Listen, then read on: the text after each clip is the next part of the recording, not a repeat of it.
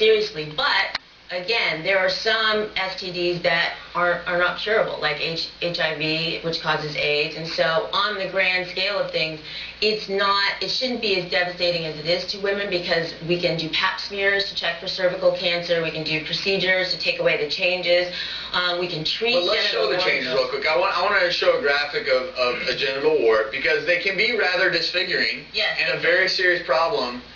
And they are simply gross, usually on the genital area. Yeah, and how we describe them is a cauliflower type of growth. So they have sort of crinkly edges, and they come off the stalk. HPV doesn't actually have a lot of symptoms, and that's why we're just recently screening for it, because again, it's very significant in women because of cervical cancer. It can cause genital warts in men as well. Right. But it usually doesn't cause malaise or fatigue or fever or anything, and that's why just with a lot of STDs, they don't have symptoms. That's why you have to be screened for them. It is such a common infection. A lot of people just get rid of it. They clear it on their own, but some they leave the cancer and the warts. Right. A lot of times it can just disappear on its own because of its immune system. We don't quite know how the virus your works. Your immune system's probably been stimulated. Especially with younger women like college age, it can come and then it can disappear. Well, and an important point, up to 80% of women by the age of 60 will have contracted this virus, HPV. But dealing with an STD such as HPV is still often hard to do. Even though it is so common, some people still have trouble with the social stigma that comes with it. Not to mention, you have to break the news to a prospective new partner. This is exactly what happened to our next guest, Adina. When I was 20 years old, I received a phone call from an ex-boyfriend. He said that he had just been diagnosed with genital warts. I felt sick to my stomach, because all I could see was that high school sex ed slide of this horribly wart-covered genitalia. The doctor came in and he said that the results had shown that I did have HPV. I was really upset. I started shouting and crying. I was angry and I was sad because I felt like I was truly damaged goods. What does this mean for my future? Have I lost the right to find true love and have a baby? I felt that if I could survive this and get through it, it was my duty to do something to help other women like me. I actually learned that Adina had HPV on our very first date. Before I started dating him, I wanted to know if the HPV was still in my body. So I requested a follow-up colposcopy. They found no traces of HPV-infected cells.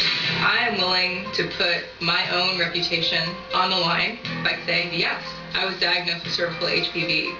And it doesn't mean that I'm irresponsible, and it doesn't mean that I'm uneducated, and it doesn't mean that I'm not a successful, good person. There is life after HPV. And Lisa, Adina's story is so common because HPV is common.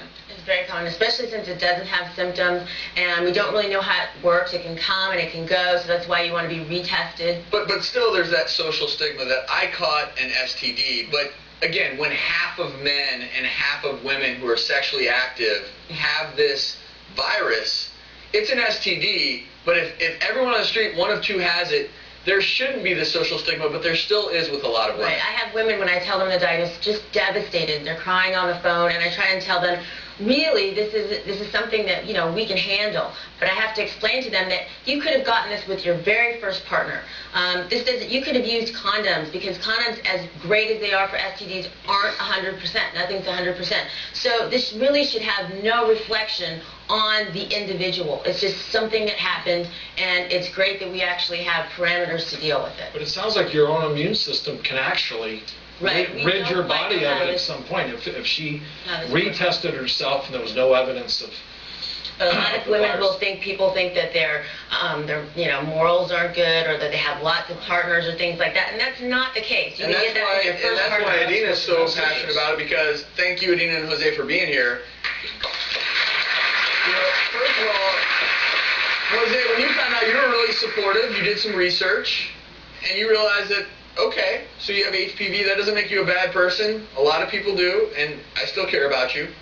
Yeah, absolutely. I mean, when we first started going out on our very first date, usually two people who are professors, when they go on a first date, they ask each other about their research, and I found out on that first date that she had Human Papilloma Virus. And I was a little bit concerned because I'd never heard of it. It's not something that, guys talk about when they're, having beers with each other. And so I was a little worried. Well, what effect is it going to have on me? I'm very interested in this person. Maybe somewhere down the line, there may be we might get intimate. What impact is it going to have on me? So the first date really did turn into a sexual health seminar / date.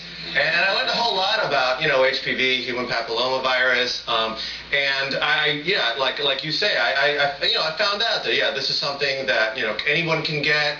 It's something that's very treatable. It's something that isn't really a long-term issue.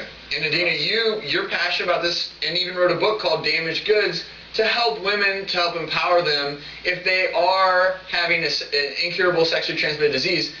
Hey, that's not a reflection on you. A lot of women have it, but it doesn't make you any lesser of a person. Oh, definitely. I mean, when I was diagnosed at the age of 20, I really thought my life was over in many ways.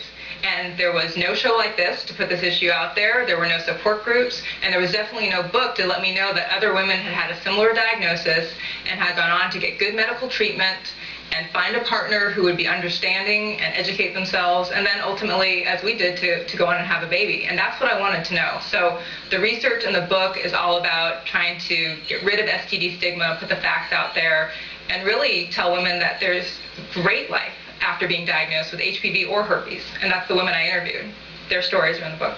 Well, thank you both for sharing your story with us. And the book is called Damaged Goods. Now, having an incurable STD and a supportive partner is the ideal situation. But what happens for all the single people out there who want to get into the dating scene? For Cindy, her life totally changed the day she tested positive for genital herpes. That's next.